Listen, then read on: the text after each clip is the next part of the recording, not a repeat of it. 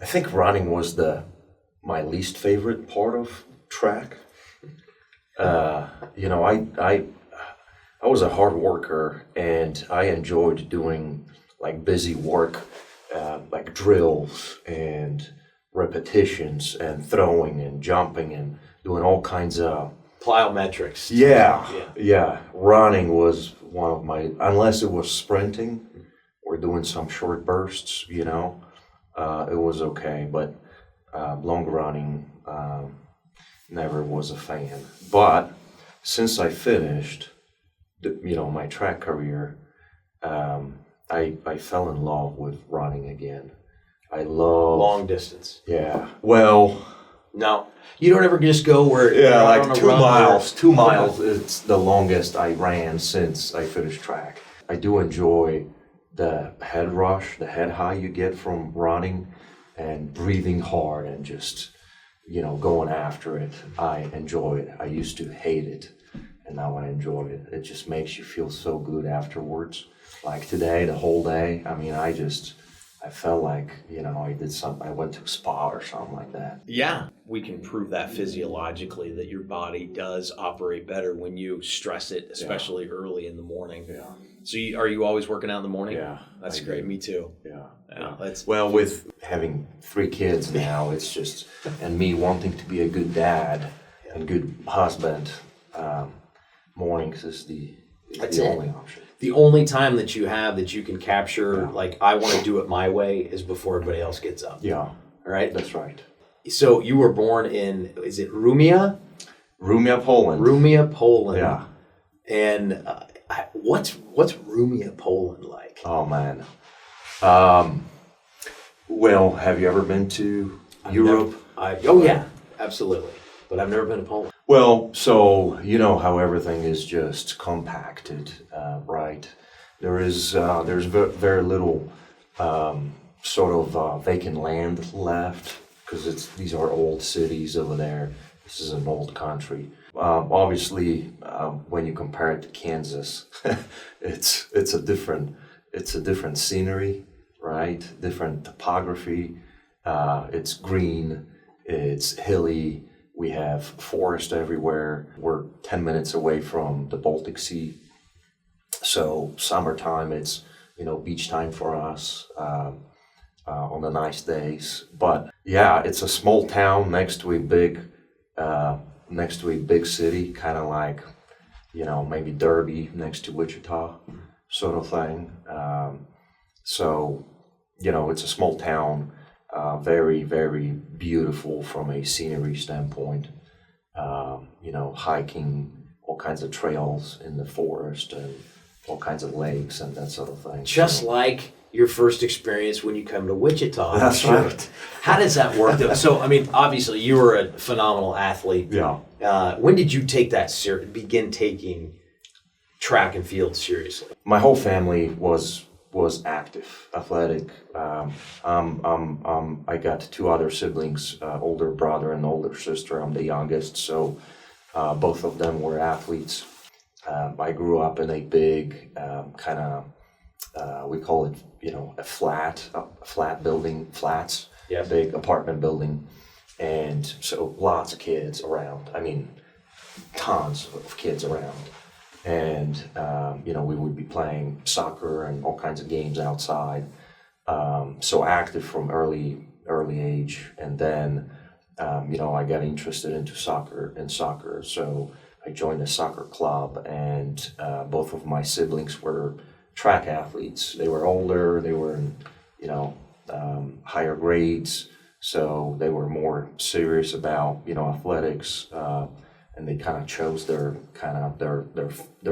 ultimate, sport, which was track for both of them. They convinced me to switch from soccer to track, and I was getting fed up with soccer. I hate to lose, and in soccer, it doesn't matter how good you are. It really depends on how good your team is. Yeah.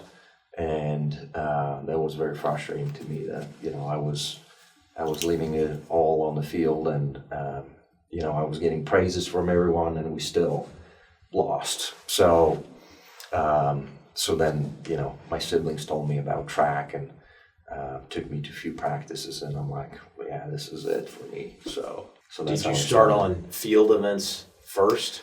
Yeah, no. So I pretty much. So I think I was 12 years old when I started track, seriously, and both of my siblings were just good athletes, well-rounded athletes. So both of them were multi-eventers. So they were, my brother was a decathlete, my sister was a heptathlete. It runs That in the wasn't, family. yeah, there wasn't, it wasn't a choice for me. So I was recruited as a decathlete at 12 years old, and we were starting. The problem is that there was no decathlon at that young age. I think the first decathlon you can do in Europe is when you're 16, maybe. So until then, I was doing all of the events. I was competing in sprints and short hurdles, and then throws. And then doing, individual events. And then once I reached the age when I was able to compete, I switched to decathlon. Who's the best athlete in your family? Oh, we're all good athletes, but I don't know. I guess I was my career was the longest. Let's say that. That's great. Very kind way of putting that, Yeah. Kristof. Did your brother and sister come to the United States to compete? They did not. So then how do you do this? So back to, you're describing Poland and how, these beautiful forests and green and hills, and Wichita, USA. Mm-hmm. What even goes through your mind as you're going to go on to the next level and you've graduated from high school? Do you say USA all the way? European system is, as far as schools, as far as sports, is completely different than American system. So over there, everything is club based. We don't have school sports. So when I was in high school, sophomore year in high school, I was getting close to making that decision. What's next after high school, right? In Europe, it's well, if you wanna be active as an athlete, if you wanna continue your career, then the most likely scenario for you is to go to a university that offers sports, and those universities are only universities that the curriculum is sports related. So we don't. Everything is. It's not. You're learning this. We don't have universal universities like here, general universities, where universities offer all of the degrees. We have specific universities. So if you want to do engineering, you go to engineering university, and that's all they teach you. If you wanna do business, you go to the business university, and that's all they teach you. If you wanna be around sports, you go to a university that teaches you the degrees they offer is in physical therapy, sports management, sports related. You can be a PE teacher afterwards, and they do offer college sports. Well, that wasn't interesting to me. I was, I wasn't into. I didn't want to be a teacher. I didn't want to be around sports as far as my career. Both of my parents were business people, and I kind of wanted to do something else. So I had some friends, track friends in Poland that were in the United States on track scholarships. So that's how I learned about the whole American program that every university offers. Almost every university offers. College athletics, and you can pretty much pursue a degree, whatever degree you want, and still be active in sports. What's that like culturally in Poland? Why wouldn't everybody want that, right? Is it too far-fetched for the normal guy to pay attention to? When you have to be a superstar athlete to even consider I can go there and they're going to want me and then I can study these other things. Yeah, well, it's a complicated question, right? First of all, first of all, you have to be willing to leave your family Yeah. and go to a place you don't know anything about. That's pretty much the main kind of barrier, right, for you. I was adventurous guy, and also my sister immigrated to United States when I was a sophomore in high school. So my sister moved to New York, and I visited her in my junior year in high school. And, I went there for the whole summer to New York, and I absolutely fell in love with... Where in New York? The city? Or 2 hours outside of the city, Long Island, the end of Long Island. Long Island. Which exit? No, I'm just kidding. The last exit. The last exit, yeah, at the very end. So, they got me a summer job over there. I was painting homes and apartments, and I was making like $10 an hour. And for me, I've never seen this kind of money as a European high schooler. And then I saw all of the opportunity that this country has, and I'm like, I cannot pass on this. When I went back for my final year in high school in Poland, I started to reaching out to a lot of universities and kind of pursuing this, this move in my life. So then I ended up in Wichita, Kansas. What? So you didn't come to Wichita before you moved to Wichita? I did. You did? I did. Okay. So I've never... It's not close to New York. Did you figure that? It's not. So that's how it started. I started reaching out to all of the universities, around New York, in New York, around New York, and obviously I didn't know how the whole system works. I didn't know that you pursue a scholarship and get recruited years ahead. I started recruiting myself. I started reaching out to universities the year that I came to United States. So I started in January. I came here in August. All of the schools were out of money by that time. So I ended up hiring a agent who does this sort of things, and he helped me find a few schools in the States that still had some money left. Wichita was one of them. Wichita State University was one of them. And, I thought at that time, that anywhere in the States, I'm going to be close to my sister. Yes, of course. Just like Europe, we're very, condensed. Yeah, I thought we were going to see each other on long weekends, holiday weekends or something like that. And, right now it's been 2 years since I saw her. So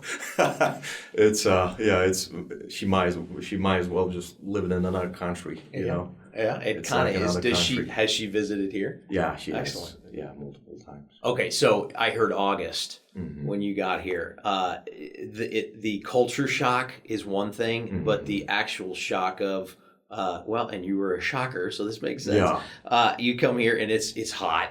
Yes. Does it even ever reach the temperatures in Wichita in Poland? No, we have no humidity. Sorry. We have mild temperatures. So a year ago, last year, I went home. I visited home with my family. I went there for 3 weeks, and the average temperature during those 3 weeks in the middle of summer, the hottest part of the year, was like 68 degrees. So it was a total shock. First of all, the only place in America I saw before Wichita was New York City and New York, Long Island. So to me, this was America. That's right. And, I got on the plane, and it was a early morning flight. And, we're about to land in Wichita, and, we're descending. I'm looking out the window, and I'm like, what's happening? Is this emergency landing? It's fields everywhere. And all of the sudden, towards the end, a city pops up, which was Wichita. And I'm like, oh my gosh, this is going to be a long road for me.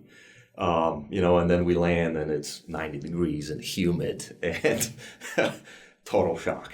So it wasn't hard for you probably to put everything into track and field. And did you immediately want to study business from the jump? No. So, so obviously track was my priority, right? Because this is my Ticket. job. That's Yes. right. This is my job. This is how I pay for my college. Remember, all of the college, all of the education in Poland and most of the Europe is free, right? It's government paid. So here it's scholarship or nothing for me. I actually started as an engineer, computer engineer. So that was my first semester, and a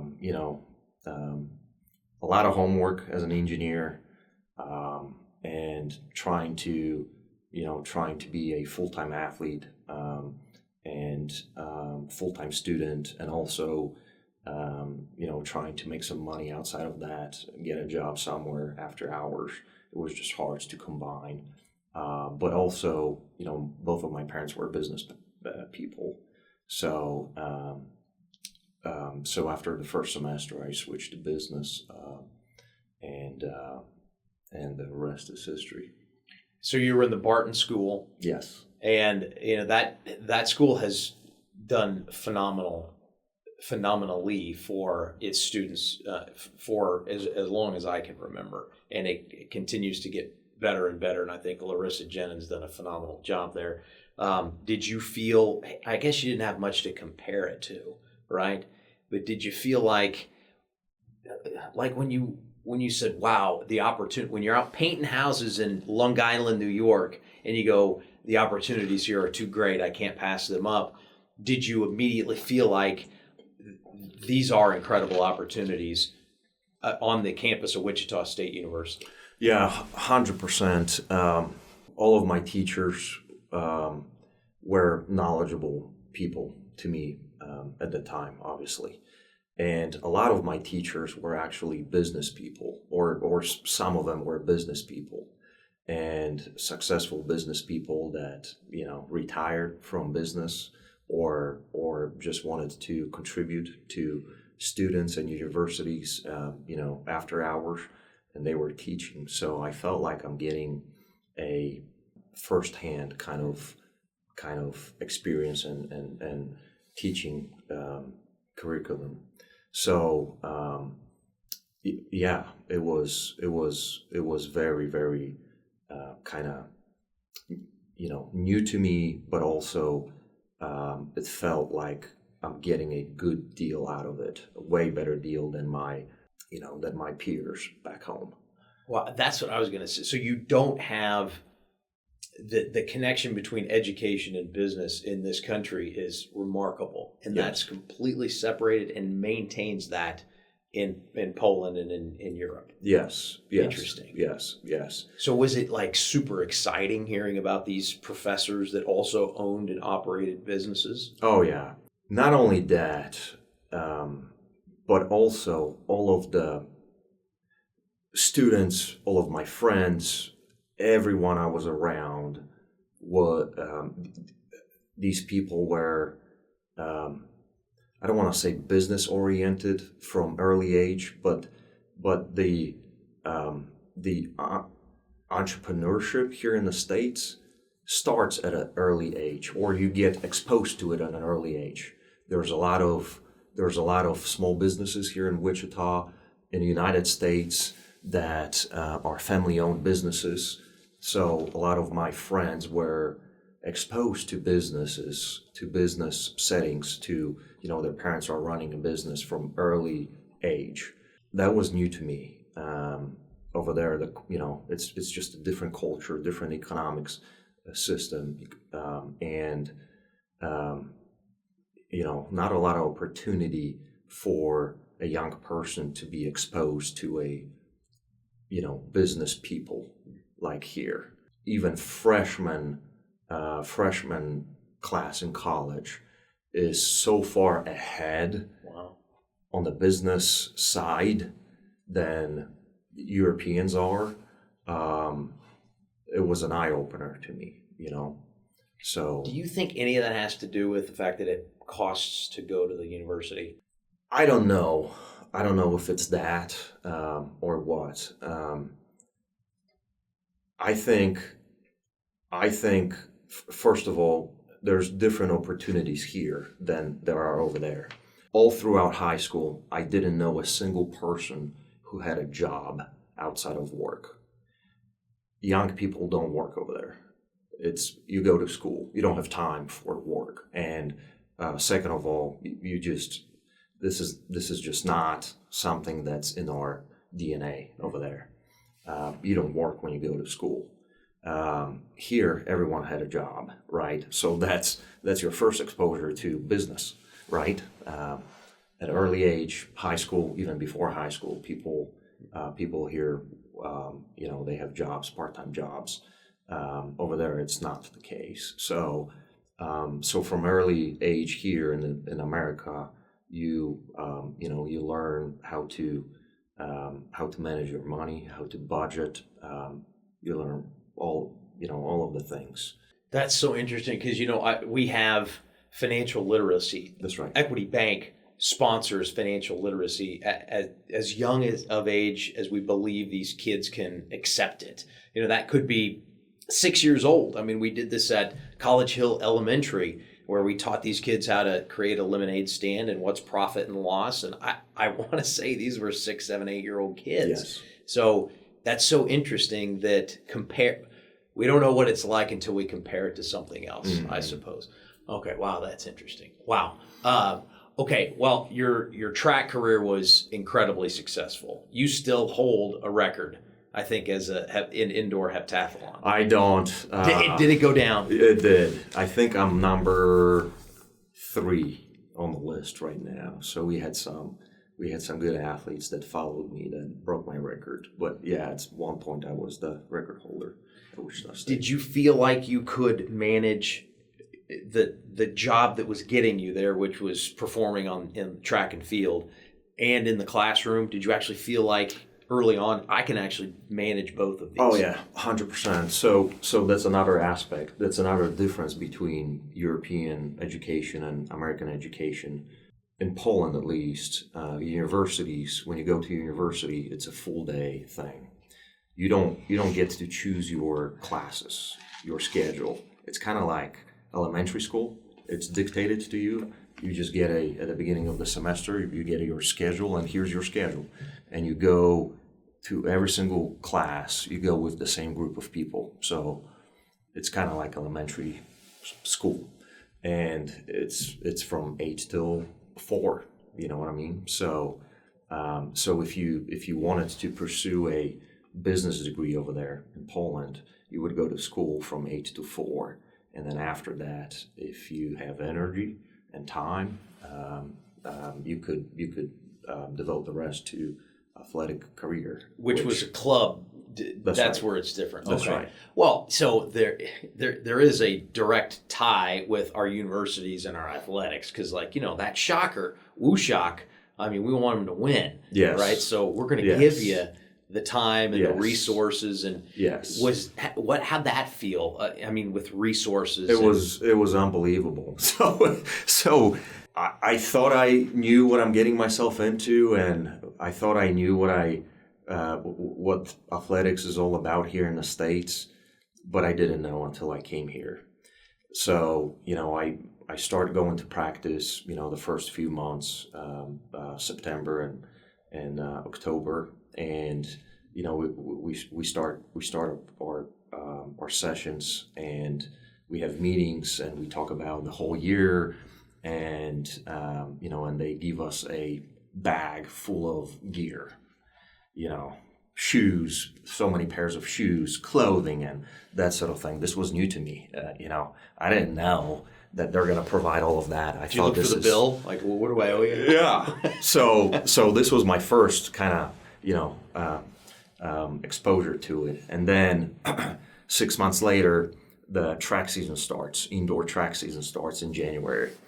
And, we go to our very first track meet. My very first track meet was in University of Missouri. and and you know, I didn't know they're gonna provide me with food and what do you call it, meal money. Per So diem. yeah, per diem. So I you know, I go on a bus and I have my backpack with me and it's full of sandwiches because I made sandwiches for like the next 2 days. You know what I mean? Because I thought this is you know, it's you got to be self-sufficient, Yeah. kind of like back home. And then obviously, you know, every day support that we got from the athletic academic coordinators. So we have athletic coordinators that help you with school scheduling and you know, anything that goes into academics, and then you know, trainers. So we have athletic trainers that help you with your injuries and help you get ready for practice and help you recover after practice. You know, we had nothing like that back home. So if I had an injury back home, it was all coming out of my pocket, and it was all kind of me reaching out to the doctors and going for treatments and that sort of thing. And here it was all right next to the stadium. You know what I mean? So every day I was getting some treatments if I wanted to, which was it was so good. It was so good. So yeah, early on I realized this is it. This is the greatest opportunity. Even though I just dropped down in the middle of a field somewhere, Yeah. This might work out. Yeah. That's so cool. Did you find success early on the track? Just like any other European or you know, international kid, I struggled with weight coming on. You know, the diet is completely different here than it is outside, and I gained a lot of weight. So I think it slowed me down the first year at least. I think I got out of it, out of this whole, you know, after my first year. But even my first year, I think I placed third in the conference. So was that at the heptathlon? Or yeah, heptathlon. Okay. Heptathlon indoors is it's heptathlon. The whole setup that there is and opportunities that there are available for young kids here in the States is off the charts. You know, my kids, they can compete in all of the sports, you name it. I mean, you know, football, flag football, track, wrestling, baseball, basketball. They do it all, and they could do it at an early age through YMCA and all kinds of other venues. And you know, over there we just don't have it. There's no push from the parents, and there's just not a lot of opportunities for young kids over there. Do you like the way your kids are growing up here? We love it. That's We fantastic. absolutely love it. What's the comparing to the way you grew up, which sounded great? Yeah. The story that you told of how you grew up, but what is it about how your kids are growing up here that makes you so happy that you're here? Yeah, I think the difference between education in America and Europe. In America, the education is very targeted. It's very specific. You learn what you need to know, and they don't clutter you with a lot of nonsense, a lot of the things that you don't really have to know. Like one of the examples I bring up is history. Take history as an example, right? I took history from, you know, kindergarten through the last year of high school.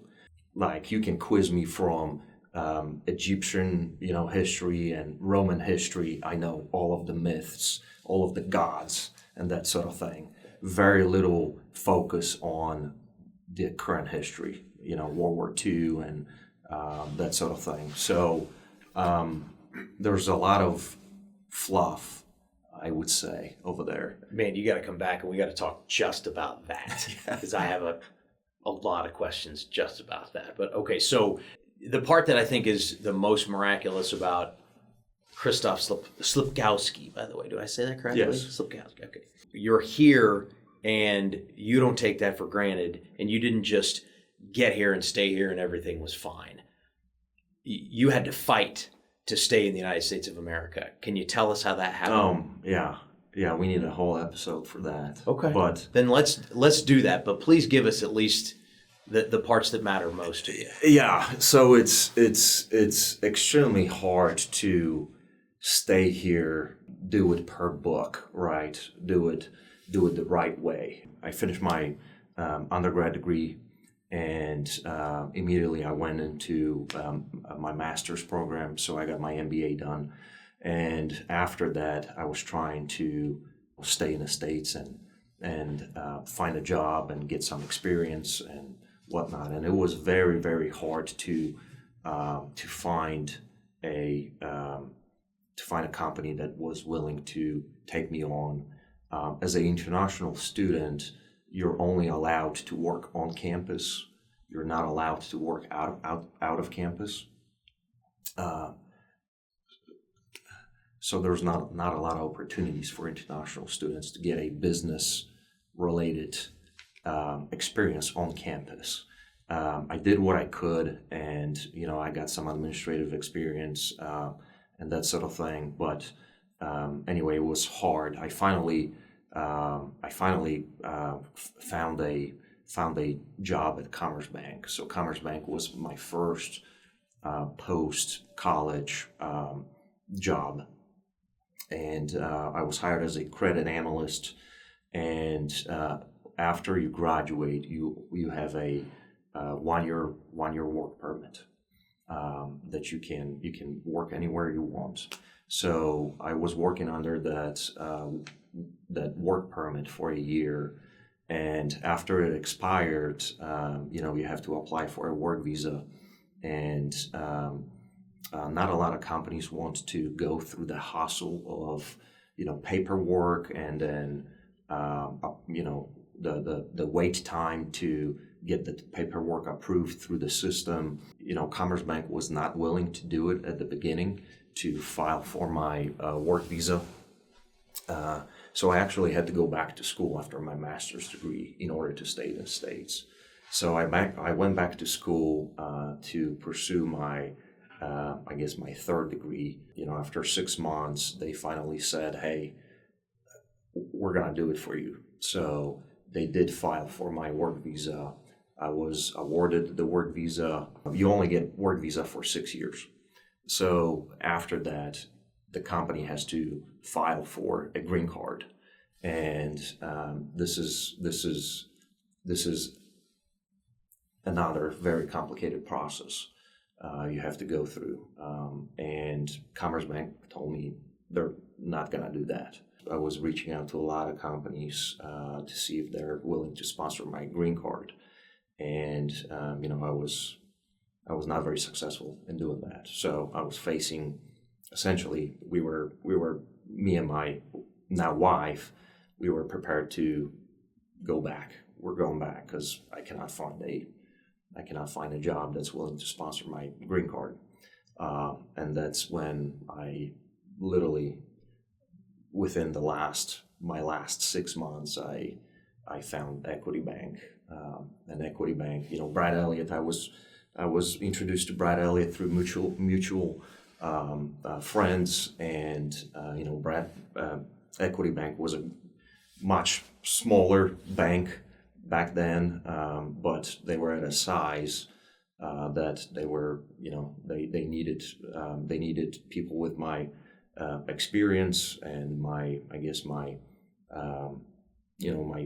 grit, and Brad was willing to do that for me. So that's how I ended up in Equity Bank.